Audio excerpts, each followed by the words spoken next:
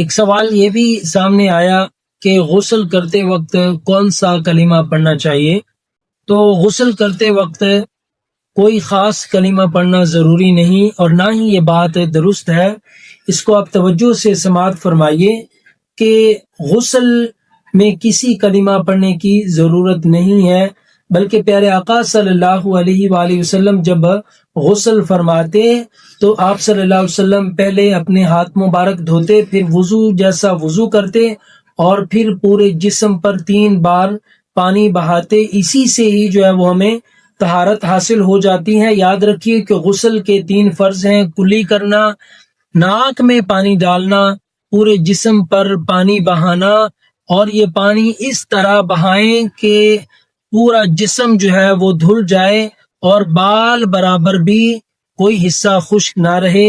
یاد رکھیے کہ غسل عبادت کا ذریعہ ہے اور اس کو بہترین انداز میں کیجیے۔ اللہ سبحانہ و تعالی ہمیں صحیح طہارت نصیب فرمائے۔